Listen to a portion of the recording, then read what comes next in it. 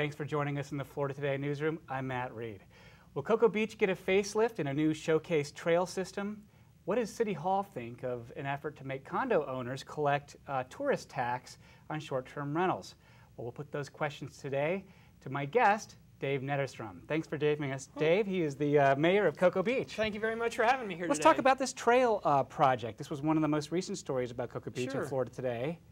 A mile-long oceanside of development. Describe what's envisioned here. Well, we think this is something that'd be great for the community, great for economic development. Other communities in Florida have them. I think there's some in South Florida and on the West Coast. And the idea is to have this kind of walking, bikeable kind of a trail. And when it's in front of residential areas, just meanders through very peacefully. But then it could connect up to hotels and other commercial property where the hotels could have dining out there, and you come up and shop and so forth, and it meanders around. And so this is kind of be something cool, something to do in Cocoa Beach. In fact, I got 20 letters from some kids at Our Savior's School, second graders, before we even talked about this trail. They said, we'd like to have a place to learn how to ride a bike we could see nature, go on a picnic that's away from cars and traffic. And it's like, well, this trail could be part of that solution. So it's something that we are taking a look at. It might be fun for the town. Bicycles, roller skaters, people walking their dogs, kind of a quiet activity, right? It's exactly, as we try to get more people off of the roads, it's part of that multimodal, pathway, right. the new buzzwords, I guess, for the transportation corridor. That's an alternate path to get some, people away from the cars and so forth.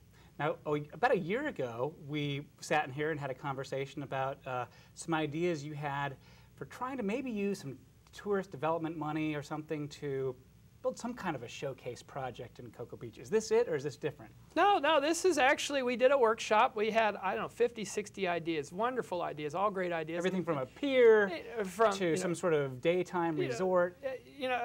Exactly, just all kinds of stuff out there. And then we kind of narrowed it down to two. And the two that we kind of have for further discussion is the beach walk and a pier, municipal fishing pier.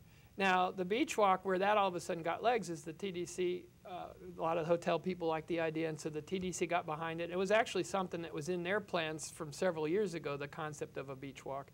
And so with that interest, and then with the discussion of the improving the corridor on A1A between the port and Pineda, a beach walk actually kind of fits within their plan. So there's interest from FDOT, and then there's actually a third group that's very interested in it, and that's the Greenway people.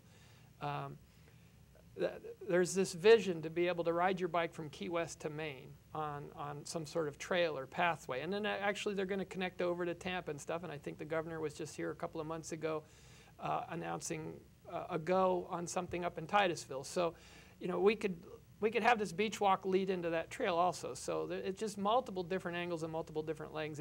There's a lot of interest in it, and it's something that we want to take a look at. So within the community, it's got its supporters and people that are probably against it as well. Who's for this? I'm hearing a lot of support for it. But specifically, our big challenge, and it was alluded to in the paper, is that property owners on the ocean in Cocoa Beach, they own to the mean high water mark. And so we actually would need, if we have to go in front of some condos, we need to get their permission. And of course, they have their concerns about safety and people, strangers walking up and down kind of close to their condo. And so we certainly, I guess what I'm asking for at this point is to allow the idea, to get it to a concept kind of a stage. We'll just draw some pictures. Let's see if it's possible to even get a permit, because we know we got turtles and dunes, and make sure it survives hurricanes and things like that. So let's get to that point. And then the ball's in our court to make a presentation to these homeowners and convince them that, look, this is a good thing, and it's been done in other areas. So, give us a chance to make that presentation. We think there'll be a lot of support in the community to have it. So it might come down to a little bit of just asking these homeowners to meet as many of their concerns, but kind of say, take one for the team. There's a lot of things that I vote for that may not optimize my particular situation, but I'd like to get more people within the town to get a higher look at what's best for the town, and maybe make decisions based on that sometimes. So, but we're not going to, I don't see it's going to be an ugly thing. I mean, we need to make a presentation, and either they want it or they don't. And if they don't want it, then we'll move on. Well, there's a lot of other ideas out there, and I'm not going to waste a lot of energy on something that's going to be controversial. Well, Talk about political, though. I mean, there's the commission politics, which is one thing, but then you've got condo boards that have to I'm telling get together and hash this out. Those might be the ones where you might want to stay home for those votes and save your strength. I can't run and hide. I'm going to put myself in front of those people and let them have their comments. Let's talk about another issue that was in the press recently. I'm going to have to put on my glasses to read this because it was a story in Florida today talking about a new gateway to the city, and it said, quote, this was January 30th, "A giant replica of a surfboard and a huge Ferris wheel may one day greet visitors to Cocoa Beach. Trees would line State Road 520 to provide shade for wide sidewalks and curbside cafes. The large forlorn medium west of Shepherd Park could be landscape paved and lighted to host gatherings and events in a linear park." Goes on to say, those are some of the ideas that Cocoa Beach residents and businesses gave urban planners to develop the city's beach gateway. City leaders want a blueprint for a tourist destination that immediately grabs attention and lets visitors know they've arrived in Cocoa Beach, while also encouraging business investment. Now, it also mentioned something about maybe a surfboard the size or height of a cell phone tower. And that, what is going on here? What? You know, I am so pleased that, and the consultant was great. Got a lot of input from people, and we got some fantastic ideas. And please be reminded that this is just a rough draft, and this is just a preliminary presentation. And there's a few ideas out there that probably won't happen, but it does get us, you know, it gets an interesting conversation going on. People get nervous about a surfboard, but what they don't remember is we already have a very ugly cell phone tower at the entrance to Cocoa Beach, and so maybe decorating that up to look like something. Maybe a rocket is the right answer. Who knows? But it was an option, an idea that I never thought of before. It was kind of cool. A Ferris wheel.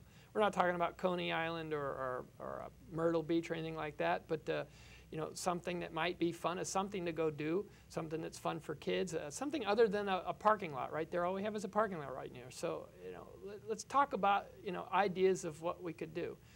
Part of the challenge that we have with the Gateway property, and actually we need to coin a phrase for that area. Right now we have downtown Cocoa Beach, we have the pier, but when people get off the ship or something, we need to be able to say, oh, you got to go to the, I don't know, Beach Gateway, okay, Beach Crossroads or something like that. So I might be asking for a lot of input on creative ideas of what do we call that area.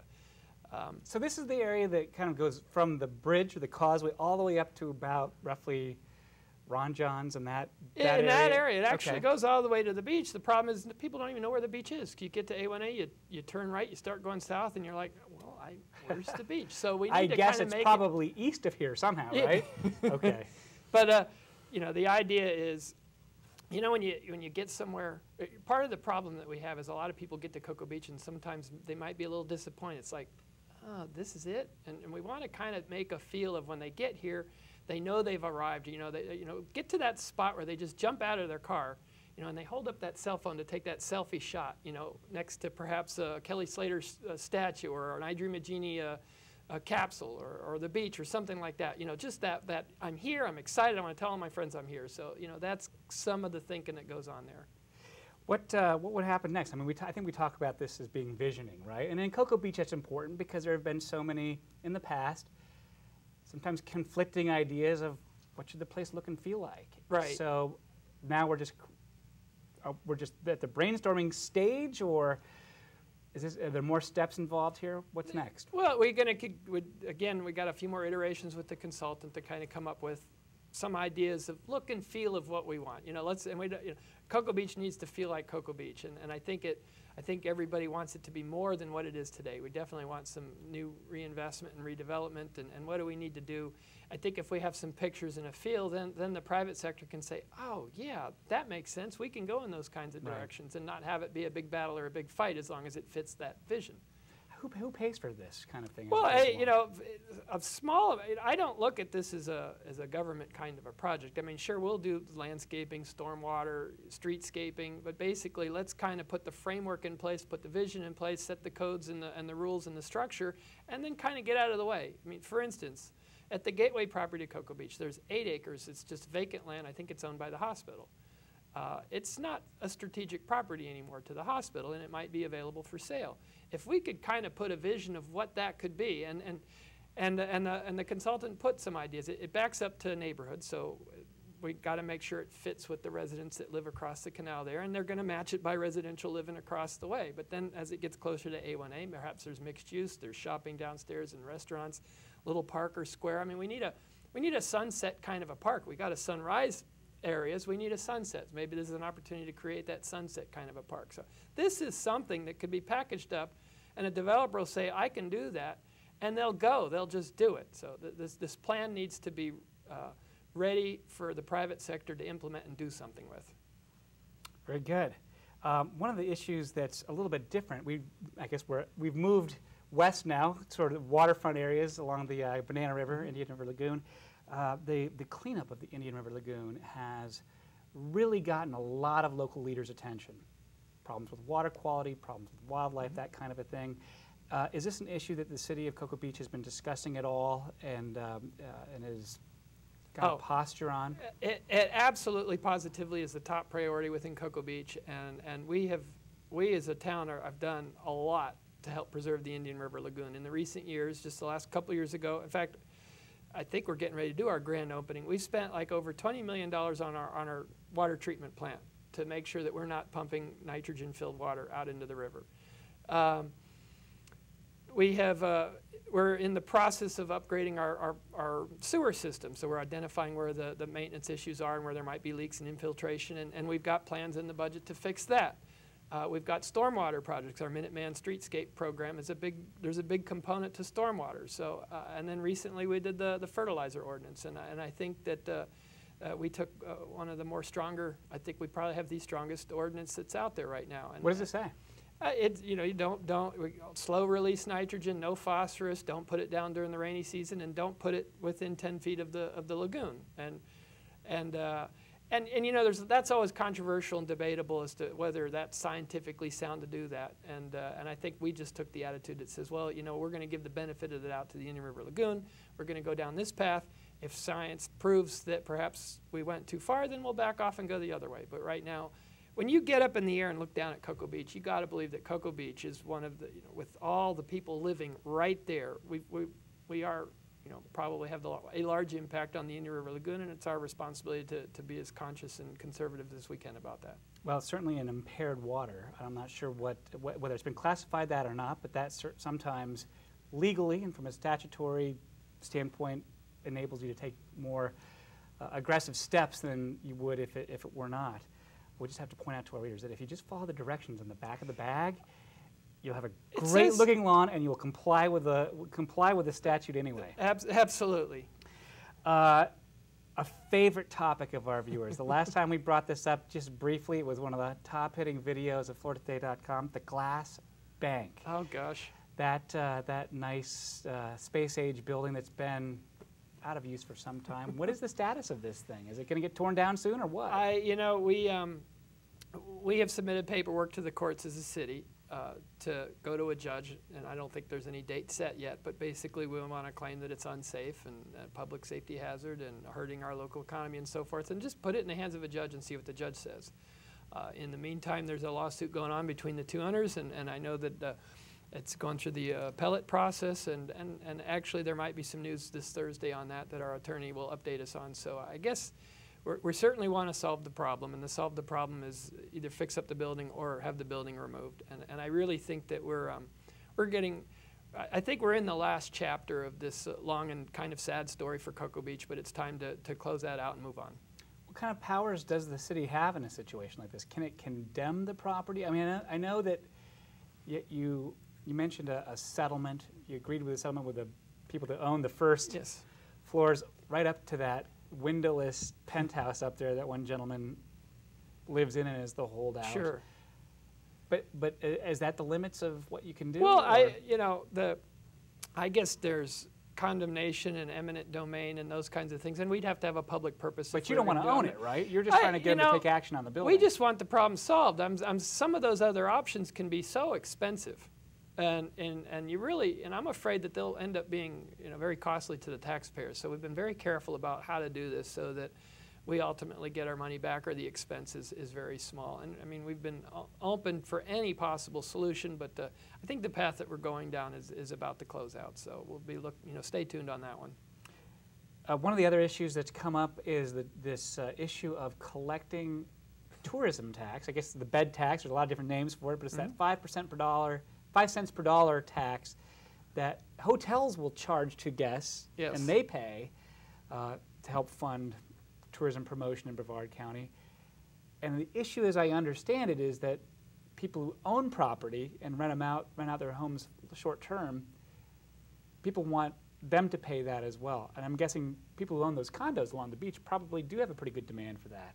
What's your position or the city's position on this? Well, generally, and there's a law that's passed. I mean, the current law is anybody that rents out for less than 6 months has to pay sales tax to the state and this bed tax. Now, this isn't coming out of the landowners' pockets. They just have to, if I go down to the Key Colony in the Keys and I rent a house out, I have to pay that extra 11% tax. So it's not coming out of the landowners' pockets, but their customers have to pay it.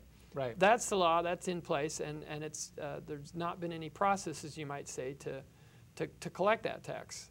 And a lot of people think that number could be kind of large, or in percentage compared to what's being collected at the moment. So again, I guess the law is already in place, and it's just a matter of, I think the county has something going through the legal process to help give Lisa Cullen some more power to give her, so that she can help collect the tax. So, and the city, I guess, from our point of view, we think that there probably would be a lot of people in our town that aren't paying the tax, and we just need to help make them aware that they need to be paying it, and help put processes in place to be able to do that. Sounds like there's a little bit of conflict on this issue. I mean, you have people who are hoteliers who make their livings renting out space on a short-term basis, and then they can look on someplace like Vacation Rental by Owner, right, and see that somebody can go rent a bigger place for even less money or something for a week. It's got to feel frustrating for them. They definitely feel that it's unfair, and so I'm sure they'd be very interested in making sure that everything's fair and they compete on the same level, you might say. Okay, but on the other hand, what are you hearing from some of the property owners? I haven't heard anything. I haven't heard anything yet. I'm sure I will, but again, me personally, we have laws in place. Pay your taxes. I know I pay every penny that I'm supposed to pay, and if we don't like the law, then let's talk about changing the law. But if something's in place, it seems fair that everybody pay their fair share, and then that in turn keeps everything low for everybody. Cocoa Beach is a very low tax kind of a city, and to help, as long as everybody's paying what they should be paying, then we can keep it low for everybody. We've had some uptick in the local economy. I know you're in your private life, you are a real estate investor. How are things going for Cocoa Beach and other cities as far as you know? I mean, are we beginning to see some recovery and budget-wise and catching up on some projects that have been put off for some time? Oh, absolutely. We have reached bottom and popped up quite nicely in the last year or so. We're making investments in a new fire station now. We're buying new police cars, and so we ordered a new fire truck. So there's a lot of infrastructure needs that we've put off for many years, and now that we feel like it is much better and we can start spending the things that we need to spend. And we're not talking about raising taxes. We're just talking about being wise about how we spend our money, and definitely it's not so tight as it was. When you say not raising taxes, you don't mean raising tax rates, but there's just kind of this idea, okay, what do? Do I leave the tax rate where it is and let that higher property value, help fill up, the coffers and catch up on things that I've been putting off for a while? Do I push it back to where it is and let people enjoy, or do I kind of find some happy medium in there? You got it. I think it's, let's put it out on the table. It's a fine balance, and have those discussions during budget times. What's your take? I'm pinning you down. I want to make sure we're running as efficiently as we possibly can, and making sure that we're spending what we have as wisely as we can. And any upward pressure to let the city keep a little bit more, then we're going to have some intelligent conversations with the community about that. Cocoa Beach has a consultant of some kind studying development issues there, and it could result in some recommendations for how you build, whether it's height, not height. What can you tell me about that?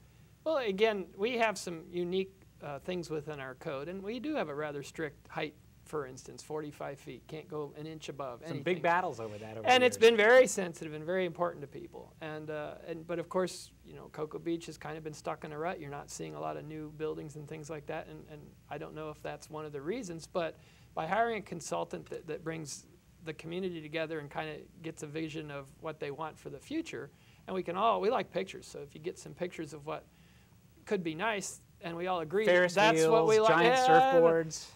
I'm not going to go there. But yeah, the idea is that we all agree that this is what we like, and then have the consultant come back and say, well, if this is what you want, here's some of the things that you need to change. For instance, maybe we should allow some architectural features go above 45 feet, or an air conditioning unit, or a stairwell, or something like that. You know, so we just need to perhaps have some common sense about it. And ultimately, I think the voters will end up having to decide on some of those issues. But the important thing is to get that vision and agree that this is kind of what we like, and then it's easy for us to change whatever rules we have and get out of the way and let what we want to happen.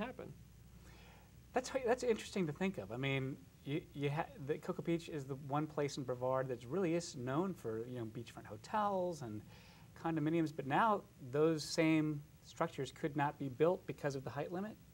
That's correct. I mean, for instance, one of our trophy properties, you might say, is the old Holiday Inn, the International Palms now, and that's just a great strategic center of our town, and it's a beautiful piece of property. And we would love if a 4-star plus kind of family-friendly resort came in and bulldozed it and built something really nice. There's no doubt in my mind that something like what the Disney project, and I'll be careful with Disney like what's in Vero Beach. Okay. You know, or something like that could be nice. A real 5-star. You know, a real classy. We're not talking about large, tall, but if they need to go a little bit higher here, or maybe we can almost trade off and say we'll go a little bit higher here, but we go lower here, or something like that, so the net effect is. But I think we might need to look at some of those rules that are restricting somebody that may want to come in and make a $150 million investment in our town. And a project like that, I think, would have legs to it, and that would help our downtown area grow. It would help our gateway property grow. So it's important to start having these discussions. There's definitely some developers out there kicking the tires, and basically we need to kind of ask them, well, what is it that you need that would encourage it, and then have the discussions to say, is that something that we'd be willing to work with them on? A variance of some kind under XYZ kind of again, we would kind of control the process. We're not giving it away to the developers, but I'd like to just open up, hey, what if, and then let the community kind of have some input on that. The height standard is in the charter, though, right? That's in the charter, so voters would have to be the ones to approve They would have to approve that, or I think we have a variance process that might require 5 commissioners to agree. But it's hard to get 5 commissioners to agree sometimes. How's downtown doing? Downtown's doing great. There's signs of life. The gentleman that bought the Wayne Coombs, the My Tiki guy, his art studio, he's kind of broken that property up, and I almost call it like an incubator. And so he's making little shops in there. So now you got a little ice cream store, you got a little taco kind of a place, and little skateboard rental place, and it's almost like an incubator. And it's just really cool because it's starting to cause a little beehive of activity in downtown. And there's several other property owners that are all, you know, I'm thinking about doing this, I'm thinking about doing that, I'm thinking about doing that. A gentleman's buying the old post office, which is right behind there, and he's going to move in, I think, 28. He's going to move his company there and put 28 employees. To have 28 employees, you know, walk out and buy lunch and just be a part of that downtown, that's cool. That's healthy. And so you know, things are happening downtown, and it fits within the culture and history, and the community really likes it. There was all this concern when people decided that when Cocoa Beach voted, I think, to really put some emphasis on downtown. I can't remember, what was it that they actually approved? We approved a CRA, a downtown vision plan, and a CRA, and now things are starting to happen. Nothing major. There's no big giant projects or anything like that. You know, I do joke. You kind of wrote an article about City Hall perhaps being for sale, and that's not out of the question. If somebody wanted to come in and buy it and build some sort of downtown square mixed-use boutique hotel or something, hey, I'm all ears. Let's start talking, because we can build a new City Hall across the street or somewhere else. So. But right now, there's signs of life. It's encouraging, and I'm really enjoying the momentum. Did the surf open again? I can't remember. It's not opened yet. The last time I spoke with the owner, the two pieces of the pie that he was looking for is, one, he doesn't want to be the first guy out there doing something. He wants to have some other stuff happening, so we're certainly trying to do that. He's from England, correct? He's in England, and he also, being in England, he can't run the place, so he needs a general partner that will be a good fit with his style and do something. So life is looking good, and just one comment that I have is that I really appreciate the feeling I get is the whole community, my sister cities, the Brevard County, the media and the paper and nonprofits and organizations. It feels like everybody's kind of cheering on Cocoa Beach, and I just really appreciate that because you know, hopefully we don't want to disappoint anybody. We're going to do something. I think people do pull for Cocoa Beach. They do, absolutely. Nice things to happen there. Makes my job easy. I mean, when a lot of us, when we go someplace out of town and people ask where we're from, we say, well, we're from, and then, you know, if I'm from Satellite Beach, I have to clarify. We always have to clarify. If I'm from Suntree, I have to, well, I'm sort of between Cocoa Beach, which everybody's heard from, or I'm near the Space Center, but Cocoa Beach is always a good point of reference, and people seem to have some affection for it. Oh, and we lend our name all the time. I mean, we'd be honored to, we're honored to have you to share our name with everybody. Dave Netterstrom, I want to thank you for joining us here today. And I want to thank you for joining us. We'll see you right here next Wednesday on WEFS and FloridaToday.com. As always, you can send us your feedback to letters@FloridaToday.com. I'm Matt Reed. Thanks for joining us.